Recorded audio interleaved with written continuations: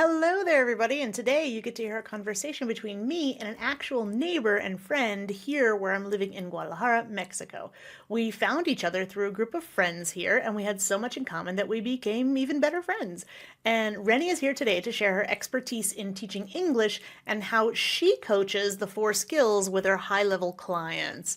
And not only that, but I'm going to give you a resource that teachers and students can use that you may not have heard about yet. So now, on with the show. I'm Bianca, your personal American accent coach, and I'm here to help you master an American accent in English because your voice is your choice when it comes to how you sound.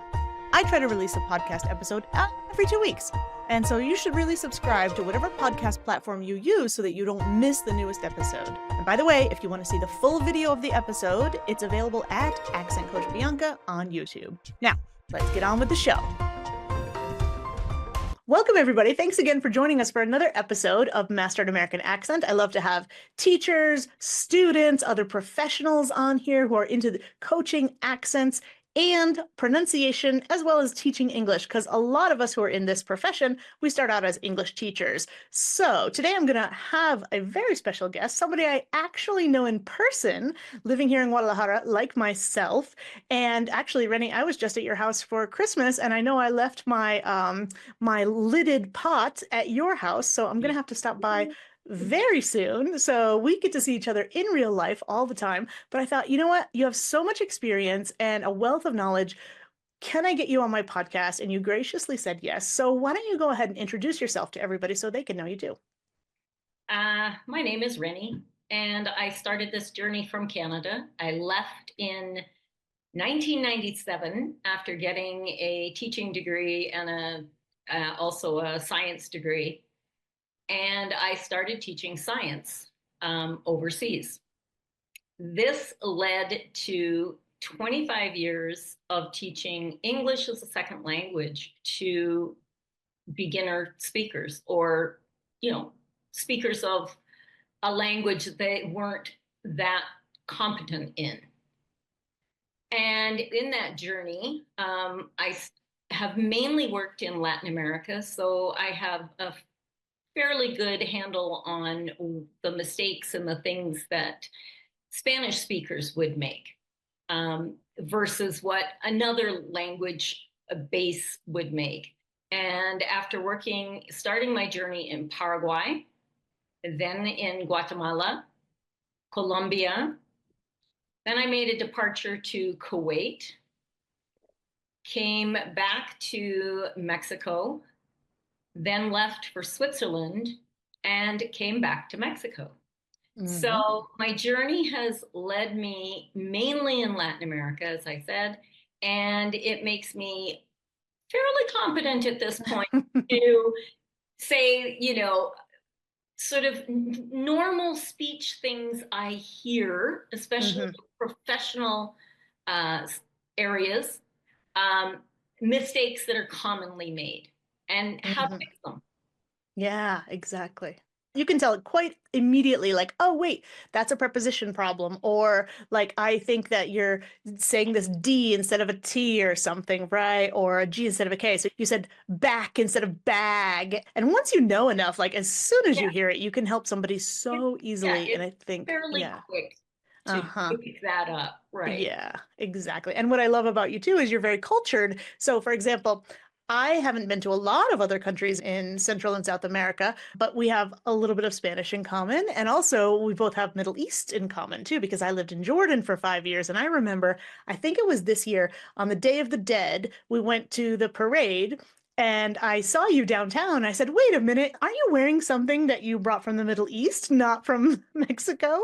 And you're like, oh yeah, that's my thing. But who else is going to notice that, unless you have that common experience together. So I thought that was pretty funny. Yeah, so with all that knowledge and with all the background that you have, today I thought it would be great to talk about what your specialty is in teaching English and how specifically you like to train the 4 areas of language.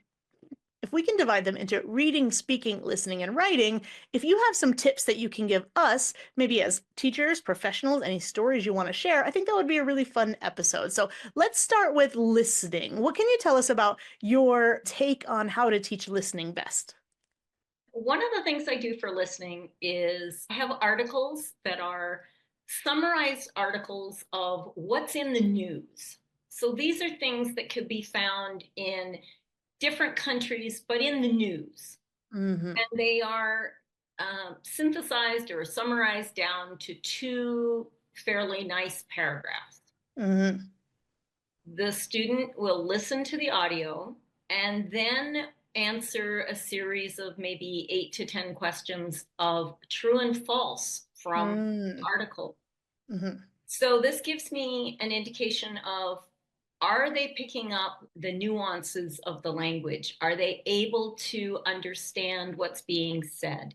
Mm-hmm. Sometimes there may be some idioms or job specific or article specific language. And are they picking that up? Are they understanding? Mm-hmm. So that's my first approach to teaching, to see where someone is in their understanding of what we're saying to them. Mm-hmm. The comprehension is what's getting in there before Yeah. what's coming out. Uh-huh. And in And listening, oh, sorry. transition into listening. From Mm-hmm. listening, I transition into the speaking. I have them read the article back to me. So they've had a chance to hear it. Perhaps they've had a chance to listen to how a word was pronounced. And I tell them from the beginning, um, don't stop unless I stop you for a pronunciation error. Or if you don't understand a word or what is being told to you, then stop and ask for clarification. That's super important because I find a lot of people are self-doubting sometimes and very Mhm. hesitant and they're not really sure, which makes sense, but they lack the confidence and the trust in themselves to just keep going. And sometimes they lack the trust in us to stop them, right? So we have to build that relationship too. Like, I'll stop Yeah. you. Don't worry, I'll stop you. Keep going. And yeah, we have to then decide where does the bar lie? Is it in comprehensibility or are they comprehensible, but maybe they want to refine their accent a little bit? Maybe their pronunciation is a little different. Uh-huh. Very And nice. most of the people I'm working with are business professionals, doctors, engineers, people who are working and dealing with the American business, or sometimes it's English, Australian, but they're dealing with people who are speaking English. And sometimes, as we know, words are different, pronunciations are different, and trying to get what is considered to be broadcaster's English, which is a Mm-hmm. fairly neutral accent English, Mm-hmm. and keep it as unaccented as possible. It still has an accent, Of course. but it doesn't have a lot of, twang or Mm-hmm. Mm-hmm. nasal tones. It's a very clear English. And where can I ask in Canada are you from? Because I'm from upstate New York, pretty close to Montreal, let's say. Where exactly are you from in Canada? Ah, that's a really good question. I actually was born in Labrador, going up the coast towards Greenland, Mm-hmm. and in a fly-in, boat-in only community. Oh, wow. Uh-huh. And so I joke with everybody, I was in a dog sled before I was in a car. Which is And that probably true. may not be far from the truth. Right, right, right. But Mm-hmm. then I grew up mainly in Ontario. Mm-hmm. Um, I've also lived in Spain and in Wales in my youth growing up. Mm-hmm. And since I've been overseas, my accent has definitely changed. It's evolved over time. It has become probably clearer. I enunciate my letters and my words more than I used to. Mm-hmm. And my accent has become more neutral. And if you were to pick my accent, most people would say somewhere in Midwest US. Yeah, the reason I'm asking is because I think part of it is traveling around and teaching, and you generalize your speech for the most comprehension you can get, right? You learn what to focus on more, and depending on who you're sitting and talking with, right? So if you and I are hanging out and we've had a bottle of wine, of course we're going to speak very differently than if we're teaching a class. And so I find that of all the people I know around here, even though we're from very different areas, you and I speak probably the most closely out of most of the people in some of our friends. Yeah. It's a trained speech. We Hmm. trained ourselves to speak clearly, enunciate, you know, the Hmm. tempo of our speech isn't too quick. When we're Hmm. speaking with each other, we speed up. As all languages, if you're speaking your native language with a native speaker, you tend to speak more quickly. Hmm. But because we're teaching a second language, we've slowed down our speech a little bit. We've made it more clear. And I also teach that difference. And this is an interesting one. I was working with a company teaching their employees who were doing cold calls, cold sales Hmm. calls, Hmm. and teaching them the difference between a cold sales call for New York, where they are fast speakers Hmm. and they want to go bang, bang, bang, bang, bang, get those words out, Hmm. versus the South, where they're a little slower in their speech. Or again, California speech, which is Hmm. different again. So when teaching them, I was more teaching them about cadence of the Hmm. words rather than the accent. In sales. Keeping that neutral accent, Yeah. yes, but it was more about the cadence. You've got to go a little quicker in the north, a little slower in the south. And that's really important in sales too, because you really want to connect with the person. I think it's true of all language, right? Most of us have a goal of connection, and that's why we're speaking a language and learning a language, but especially in sales, especially in a call, especially in a cold call, because you have to kind of like hook that person as soon as possible, you know? And it was all about learning the hooks, connecting words, learning Mm-hmm. words that signal what's coming. Mm-hmm. And of course, you have to do this without seeing people. And when you can't see them, you don't get any visual cues. So Mm-hmm. you're only relying on a voice. Mm. And that's a special talent. And again, you have to develop it. It Yeah. come to most people very naturally. Yeah, the phone is so difficult in a second or third language. Like you don't see them, you don't have the gestures, there's a pause and you're thinking, why is there a pause right now? And there's like cultural differences you might not be aware of. So the phone is especially difficult. All these different, let's say, regional things, even subcultural things you might not be aware of. So that being said, in the materials that you're choosing, do you have any specific preferences? Are you thinking, do you have any specific websites that you can share with people that you're like, you know what, this is always really good? I do have a good website, and for the life of me, I probably can't tell you the exact name of it right now. And we can always add it to the show notes. Don't worry. I will do that. Okay. That sounds brilliant. Hmm. But I do use it. I find it's a great base, Okay. and it gives people a chance to do various things. So Hmm. I will place that down in the notes. Awesome. Awesome. Yeah, because I find like at least as teachers, when I was in a classroom, you have your preferences. You're like, oh, this is great. And then things kind of change so quickly, right? So especially now. Preference now. Hmm. Um, Probably there are other ones out there that are as good or better. I Exactly. just happen to have found this one and it suits my purpose at the moment. Hmm. It doesn't mean I'm not Exactly. looking and learning myself. Yeah. For example, you were saying like, oh, I'm gonna have you listen to this and then say it, right? And there's a website that I used to like. If we're talking about news, there was one that I liked called Good News Network. I don't know if you've heard of this, but also very short, just a couple of paragraphs, maybe 2 minutes aloud reading tops. And I liked it because the topic was always good news, right? Because often the news Yeah. is, yeah, it's not like very uplifting for us, right? So that was one that I liked, but it didn't have audio. But here's something interesting for our listeners, and if you want to give it a try, you know how we've got all the AI tools now? Well, Google Yeah. has what they call Gemini, and they have this thing called Notebook LM by Google. I don't know if you know this, Notebook LM. And so Google has this thing, and what you do is you put in different sources. So let's say you've got, I don't know, four pieces of news of the day or of the week, right? You put in the news, the articles, the written articles, and then get this, get ready. It creates a podcast for you to listen to that summarizes your sources. And let me tell you, the voices are so realistic, right? Wow. And by the time this episode comes out and people are listening to it, there's probably going to be another new AI tool, which as teachers, I feel like we're always looking for something new, but then it's hard because like we have our favorites, and then we don't want something new. Oh my God, I have to learn this other new thing. Yeah, and then you So, figure out your favorites and you mhm. like them, and it's like, I don't want to change right now. It's working. Exactly. I've got a whole class to prepare. Like I've got a lot of work to do. I can't invest in all that. So that's Yeah. why I was curious to see if you had any favorites. And also, since we're talking about like listening and the connection between listening and reading and speaking, I feel like that's really pertinent. So let's get Yeah, back that to is that. certain. I think that's great.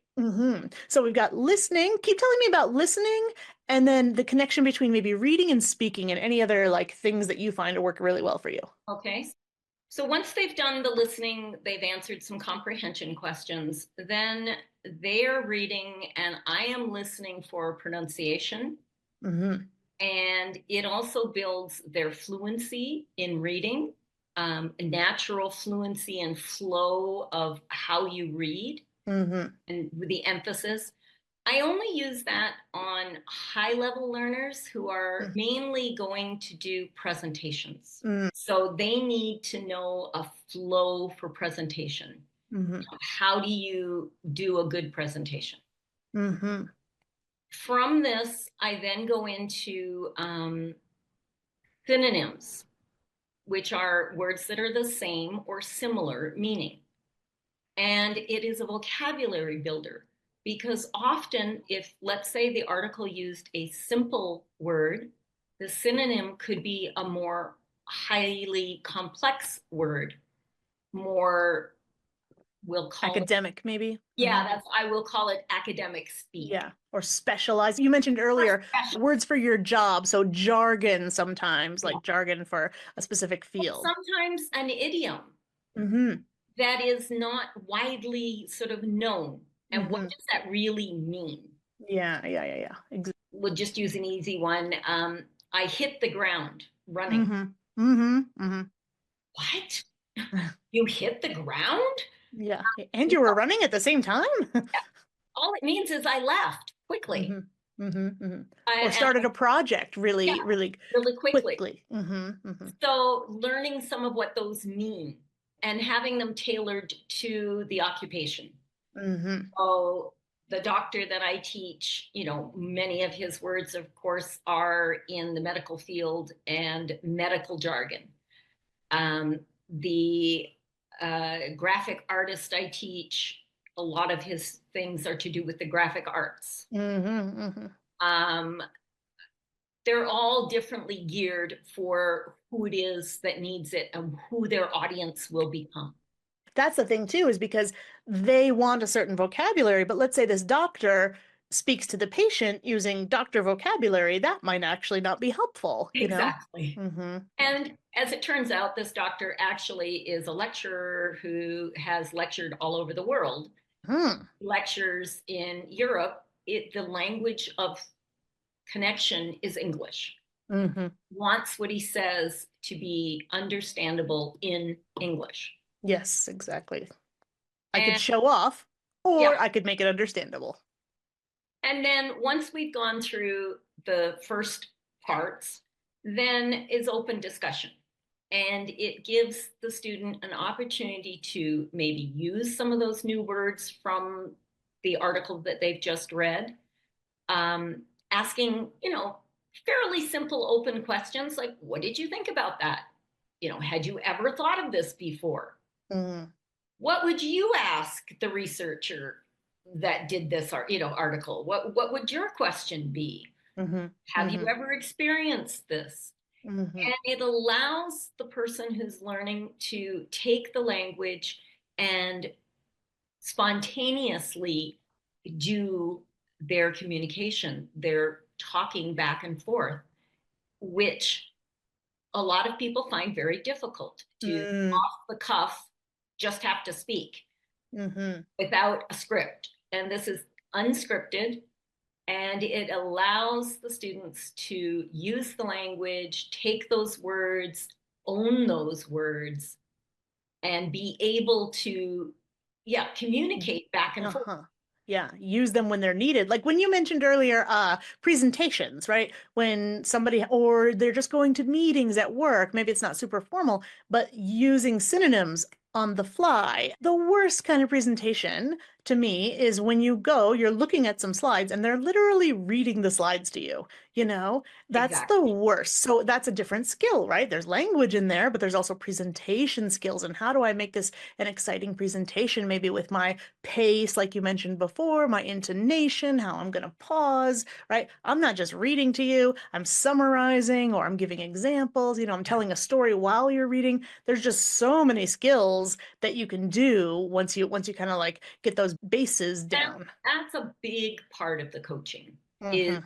how do you appear to the people you're talking to? Hmm. And I'm going to give you a rather funny story.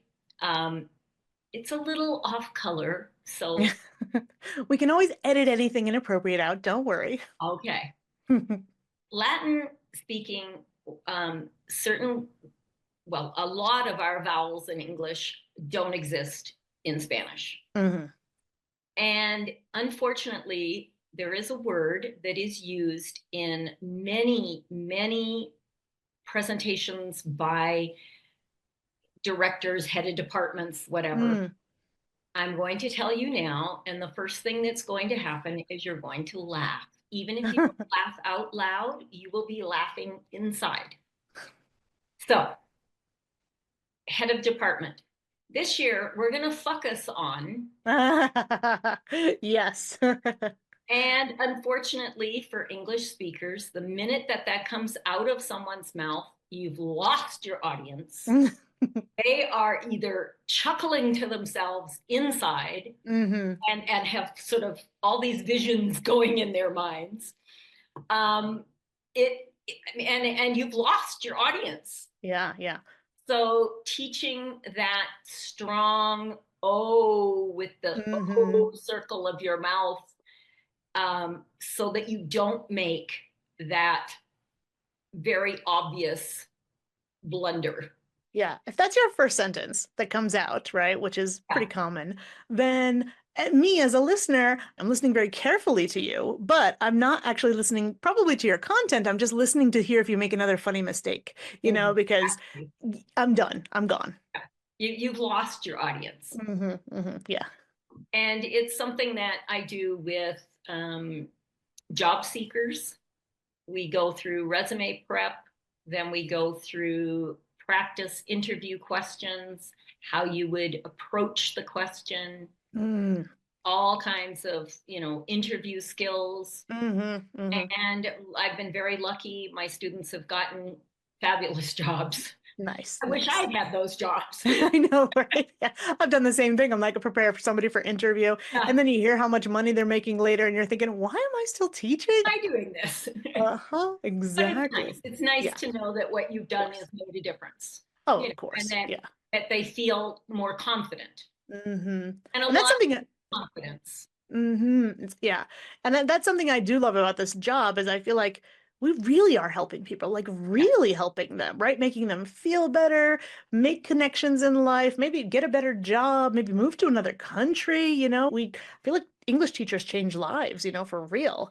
yeah. And the fact that I Uh-huh. started as a biology, anatomy, and physiology teacher, Mm. but I taught second language for 25 years. Mm-hmm. Mm-hmm. So acquisition of language was always part of the curriculum, even Mm. though I was teaching subjects that weren't English per se. Right. Still always teaching English. Mm-hmm. And so That's, oh yeah, go I ahead, sorry. came by it sort of through the back door.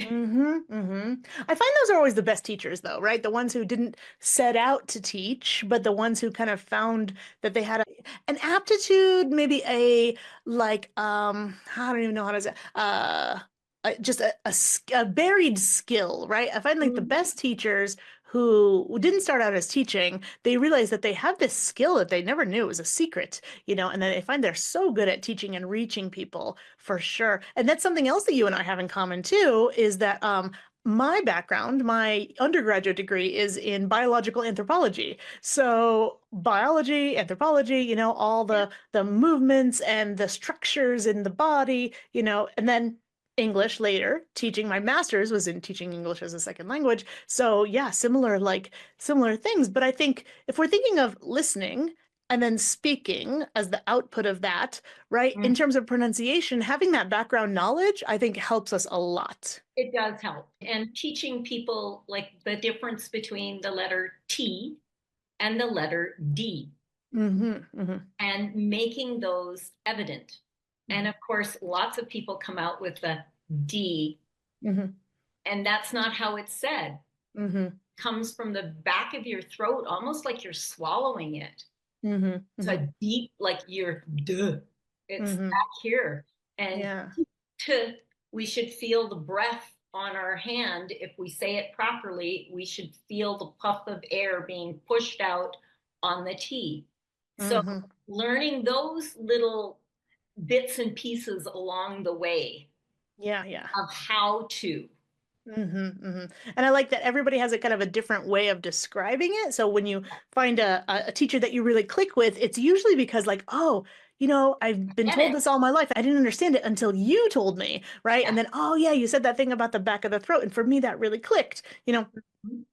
Like that's fantastic because then you really find the person who's right for you, Yeah. and I think that's fabulous. So we've got listening and then speaking as the output, but also the other receptive skill is going to be reading. So let's talk about reading and then writing as well.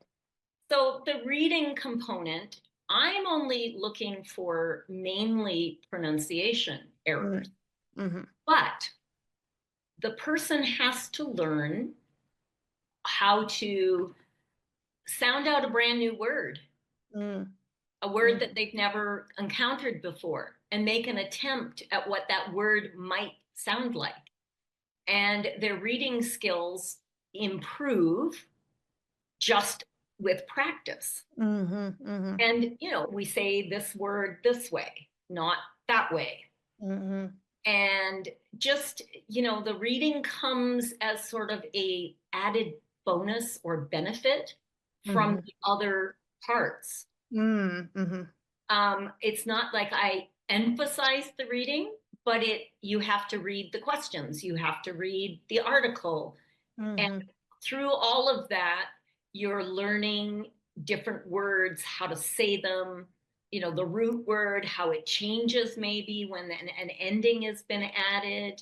Mm-hmm. Don't say it the same way. And of course, poor English. Yeah. I mean, whoever thought that the word laugh should be laugh? Yes, that person should be taken care of. Uh-huh. Yeah, at what stage should that have come out as laff, laugh? Uh-huh. You Yeah. know?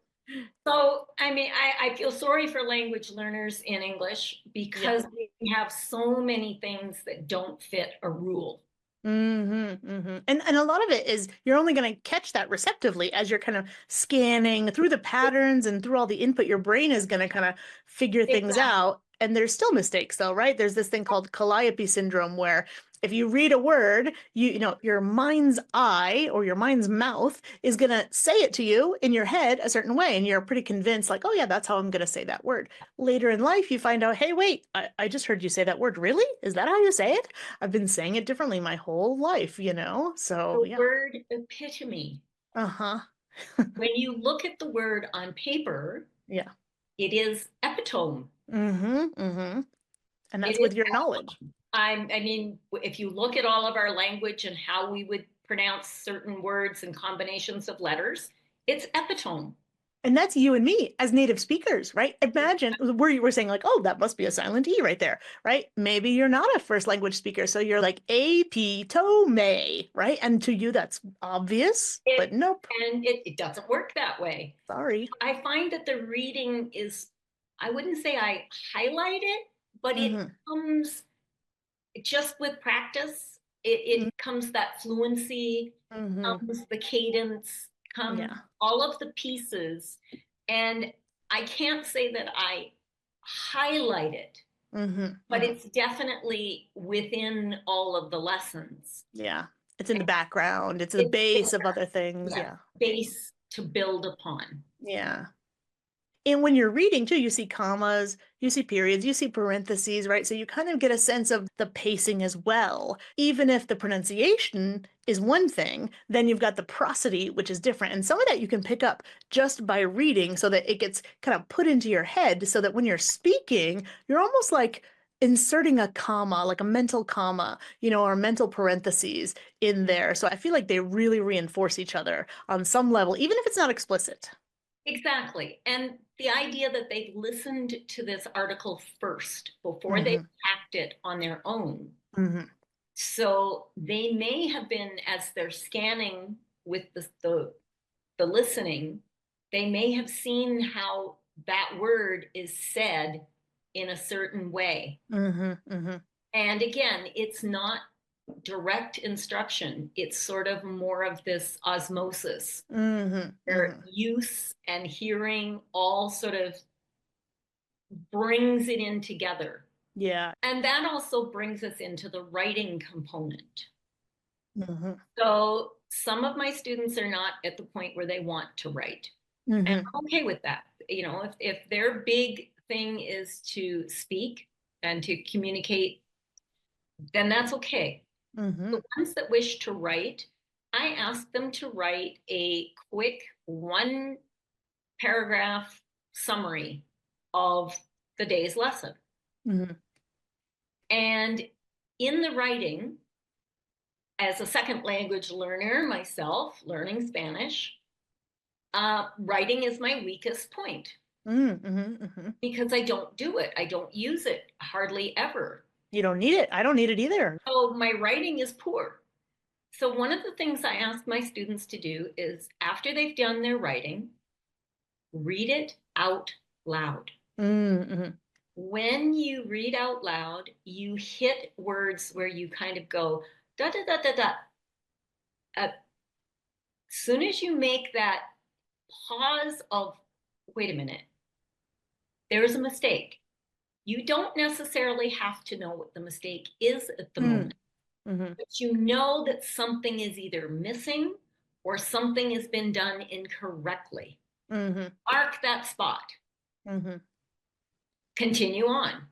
And when you finish, you will have a couple of places in your writing where you're just like, it didn't sound right. Hmm. Doesn't flow. And then we go back and we look at it and we see where the error is. And Hmm. often it's a grammar error, Hmm. an is or an are in the wrong place. He are ready for work. Hmm. Hmm. Hmm. And then we can actually talk about the grammar parts in a Hmm. more concentrated mini lesson Yeah. as needed, rather than teaching a whole pile of grammar to someone who it's like, you're overwhelming me with grammar. I just want to speak. Student needs are super important. Exactly. And learning that as myself being a second language learner, learning Spanish, um, I don't particularly like organized Spanish courses. They have a set method of how they're going to teach, and they don't allow for the sort of, wait a minute, I don't understand between this and this. Why do I Hmm. use this one here and that one there? Hmm. Which this allows me to give all of those little mini lessons as they pop up naturally. Right. This is teaching versus coaching, right? And so Yeah. that's the main difference is that learner needs, right? The things that they're there for, they can say, hold on, I don't understand, or hey, that makes me think of this other thing that Yeah. we Why do did. I use this? And they make those connections that, like, if you're blazing through in a course, and we're talking about like an in-person course. So imagine an online course that you're taking, or you're using an app, where you don't get opportunity to like ask a person, these things. Then yeah, and you don't get to go at your own pace. And apps are great. And I think apps are wonderful, especially when you're beginning, Mm-hmm. because they give you such a good sort of repetition, Mm-hmm. back over the same things, seeing it in a slightly different way. I have no objection to learning with apps. I think Yeah, that, no. you know, but then you do hit a point in your learning where you need a Mhm. human. Yeah. You need a real live human being to Mm-hmm. be able to have those conversations. And here's a good one. Yeah. Yeah. I was asked by this gentleman about, he said, can you tell me about the New York junkies? And, The junkies that are under the bridge? Like, yeah, and I said, well, junkies, like the drug addicts and the mm-hmm. people who are heavily involved in drugs. Mm-hmm. And he's like, and so the conversation ended. He came back to me, I don't know, maybe a week later, Mm-hmm. and I made a mistake. He did not say the New York junkies the first time. He said the, Oh, he just said junkies. Okay. and I went, junkies. No, you Mm-hmm. don't call people junkies. That's probably not a good thing to do. FYI. Yeah. And so then when he came back, he said the New York junkies. And I went, Uh-huh. oh, Uh-huh. Yankees. Yes, yes. And so there is a really good example of on the spot mini lesson. And the Y is used in English. It doesn't come out as a J as Mm-hmm. in Spanish. Mm-hmm. And so, these are really important. And like I said to him, yeah, you didn't want to go up to someone and say, hey, are you a junkie? Are you a Like junkie people fan? would Yeah. have, Yeah. Yeah. With the context of New York and the knowledge of, hey, in Spanish, a y can be a j yeah. as And well. then I was Yeah. able to sort it out. But at Uh-huh. first, when he came to me, and I had told the story wrong, because when he came to me first, he just said junkies. And I was like, Let's talk about junkies. Yeah. like, well, yeah, no. Something's going on here. Yeah, Yeah, this exactly. Yeah. doesn't work quite the Have way you? I think we should be talking. Mm-mm. Oh yeah, those are the things you remember most, right? Is the Yeah, the little mistakes that you're like, hold on a second, just so you know, you want to be careful with this word, yeah. And a lot of them, for me, they're ones we know, right? Because they're just common jokes. But every once in a while, somebody will say something, I'm like, oh, actually, I'm gonna write that one down yeah. because it's not something I thought was a mistake, but I bet a lot of people are saying it wrong, and a lot of people are getting some funny looks. And simple words. Hmm. Answer. Hmm. Answer the question. Yeah, English put a W in there. We don't say it. Sorry. Yeah, it's not you, it's Exactly. English. Yeah. Yeah. Mm-hmm. I Mm. Mm-hmm. or island. No, I Ah. know there's an S in there. We don't say it. And then there's an island named Iceland. Iceland. So yeah, Exactly. work that one out. Yeah. And so, we have all of these crazy things that happen.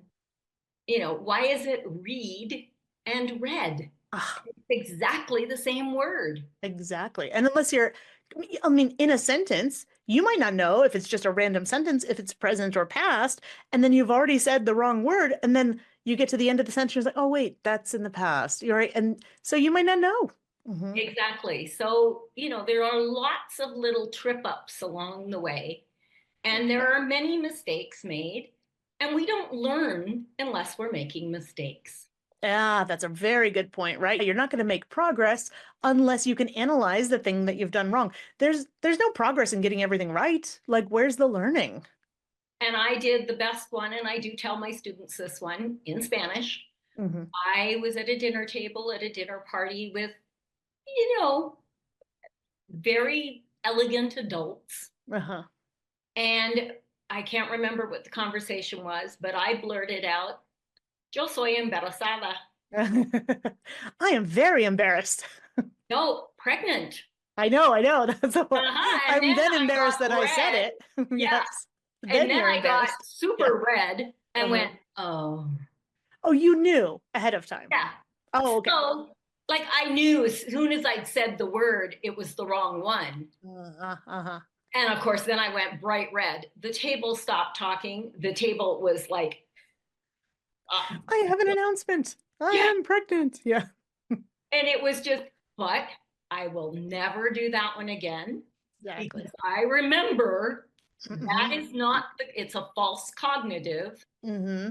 And that's not what I need to use. Yes. Yeah, even though you knew beforehand the wrong one slipped out, maybe because you thought about it so much, right? Like you're like, no, no, don't say it, don't say it. Don't, I know. Yeah. Wrong one comes out, It's like if I And we say, do it all the don't time. think of a tugboat. What's the Yeah. first thing you're gonna think of? A tugboat, We do it all the time. Hmm. So if you make a mistake in conversation, you admit your mistake and move on. Exactly. Well, that's good too, because if you don't acknowledge, hey, oh, that was wrong, that was a mistake, if you just kind of blow past it and keep going, then you're much more likely to make the same mistake again. So raising that awareness is super important. Exactly. And I mean, we're all No learning. shame. Yeah, We're exactly. all learning. Yeah. Proud that you're learning a second language. Anybody who speaks a second language, I have awe, that Mhm. they have gone through the process of learning another language and, more power to those people. It's a lot. Yeah, it's a lot. And I think maybe this maybe let me start over. Maybe it was the same for you when you were young. I know when I was young, making a mistake was bad. It was wrong, right? And there was shame attached to that, right? And guilt because you hadn't studied. And if we could flip that script and just make a mistake more of an opportunity, and be curious about it, wouldn't we all be better learners? I feel like it's partly how we grew up, in Exactly. institutions. It's partly how we were taught as children. Hmm. And Hmm. I think that that's something going from teaching children in a school setting to teaching adults and my own journey through learning a language has made me more empathetic Hmm. for learning and making Hmm. mistakes and telling them, don't feel embarrassed. This is what communication is all about. And we are going to make mistakes. Hmm. Make mistakes in English. If Yeah, you don't, what are you doing here? Like when people come to us, and they make a mistake, like, yes, that's why you're here. Like you are yeah. here to make mistakes and I'm here to help you. If you come here and you don't make mistakes, I don't know why you're here. Why am I here? Like, Yeah, what do exactly. you need me for? Exactly. So I think it's I'm here to on help. both sides. Say it again. I said, I'm here to help. Exactly. Yeah, that's why we're here. We're here to help. I'm here to help you learn a language. I'm here to maybe help you feel more confident in your second language, Mm-hmm. feel more professional in your second language, polish your language skills so that you don't sound like a poor learner or, Mm-hmm. a badly taught learner. Mm-hmm. you know and that's what we're here for. That's basically what our coaching is all about, is to help people feel confident and feel good about their second language. Exactly. So that being said, can you tell us a little bit about what you're offering people? Like, who are the kinds of people you generally work with and how they can get in touch with you? I generally work with people who are in management level or higher level businesses where they have to communicate with their counterparts in an English speaking company or English speaking culture. Hmm. And so most of my clients I have doctors, I've had a lawyer, I've got designers, um, there or someone who's actually in the tequila industry and working with Americans to sell, to promote the tequila, a competent level of English where they're not making as many. little mistakes. Mm-hmm. We're all going to make some mistakes, but polishing the language to the point where they are seen as a professional, they are seen as someone who knows what they're doing and is worth talking to and listening to. Mm-hmm. And unfortunately, all of us go through a period of time where if someone doesn't come across well, we think less of them. Mm-hmm. That's the harsh reality. It is. And so this is the polishing of that, making them look, sound more professional in their second language. Yeah, because you mentioned earlier, like, oh, how we feel is very important, of course, Yeah. but also in some, how should I say, depending on your work, it may be more or less important how you feel you're being perceived by other people and how much that impacts if you're in sales, if you are communicating with people. I know somebody who is a medical translator, and she's in the emergency room and she's got to get it right, on both Yeah, sides, speaking to the doctor, exactly. speaking to the patients. Yeah, like literally lives hang in the balance, so it is very important how we feel, but sometimes it's more important how we perform and how others are Exactly. seeing us. How Yeah. we are perceived.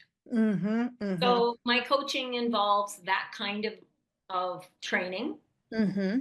And I do not have a website. Okay. Most of my students are um, referrals from Mm-hmm. prior students, Mm-hmm. Mm-hmm. referrals from people who know people who I've taught. Yeah. But you can contact me at martin.rennie@gmail.com.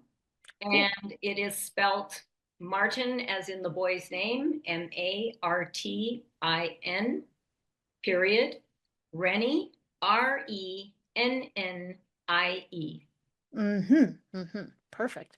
At gmail.com. Yes. Perfect, perfect. Well, Rennie, I want to say thank you so much for coming today to talk about listening, speaking, reading, and writing. It doesn't have to be in that order, but how those things are connected, how you like to approach teaching, kind of where your past experience lends to that, and also like why it's important for people too today. So I want to say thanks a lot for coming. And if you have anything else you want to add, then I would say that people can send you an email also to get in touch with you. Yeah, Perfect. absolutely. All right, awesome. Thank you for asking me. It was fun. Awesome. I'm sure we'll have plenty of other topics to talk about too. And thank you guys for listening today. And we'll say bye for now. Bye. Thanks, Rennie. Thanks to all of you for sticking around to the end of this episode. I really appreciate you guys listening in to hear all these interesting discussions with other teachers, professionals, and even students in pronunciation in English. See you in the next episode. If you found this episode helpful in any way, please subscribe and leave a review. It's actually really helpful to me. Now, before I go, I have 2 tasks for you to do. First, I want you to register and come to my free monthly masterclass. They're on the last Thursday of the month. In just 1 hour, you're going to master a specific American accent skill. For example, the TH sound or rhythm. The Zoom registration link actually changes each month. So the second and maybe more important thing I want to ask you to do is to sign up for my mailing list, because you're going to get the registration link each month and you're going to get bonus materials before and after the masterclass that I only send to my email list subscribers. The email opt-in link is down in the show notes. Be sure to sign up for my mailing list and come to the monthly masterclass for free. I'm Bianca, your personal American accent coach, and I want you to know that your voice is your choice. Thanks for sticking around to the end of the show. I'll see you in the next episode. Bye for now.